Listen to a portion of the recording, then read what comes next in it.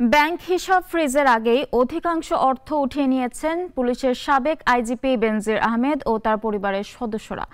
আদালতের নির্দেশনার আগেই বিশাল অঙ্কের টাকা উত্তোলনের আলামত পেয়েছে দুদক অনুসন্ধান দল। আরও জানাচ্ছেন শাহেদ সীমান্ত। পুলিশের সাবেক আইজিপি বেনজির আহমেদ, তার পরিবারের সদস্য এবং তাদের বিভিন্ন প্রতিষ্ঠানের নামে ৩৩টি অ্যাকাউন্টের সন্ধান পাওয়া গিয়েছিল। আদালত থেকে নির্দেশনা দেওয়ার আগেই এইসব অ্যাকাউন্ট থেকে বিশাল অঙ্কের টাকা উত্তোলনের আলামত পেয়েছে দুদক তদন্ত দল।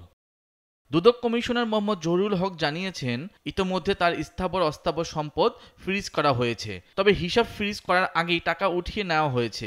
এর আগে দুদকের আইনজীবী জানিয়েছিলেন, বেনজির টাকা সরিয়েছেন কিনা তদন্ত করে দেখা হচ্ছে।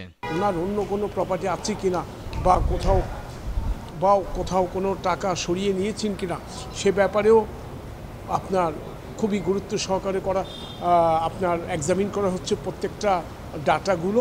তবে টাকার পরিমাণ বলতে পারেননি তারা। অনুমান করা হচ্ছে টাকার পরিমাণ কয়েকশো কোটি টাকা হবে। ব্যাংক অ্যাকাউন্ট থেকে টাকা সরানোর মতো করে জমি, ফ্ল্যাট বা অন্য কোনো সম্পদ বিক্রি বা হস্তান্তর করেছেন কিনা সে তথ্য পাওয়া যায়নি। তিনি দেশে আছেন কিনা তা নিয়েও ধোঁয়াশার সৃষ্টি হয়েছে।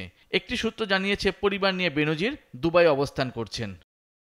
শাহেদ সীমান্ত, নাগরিক।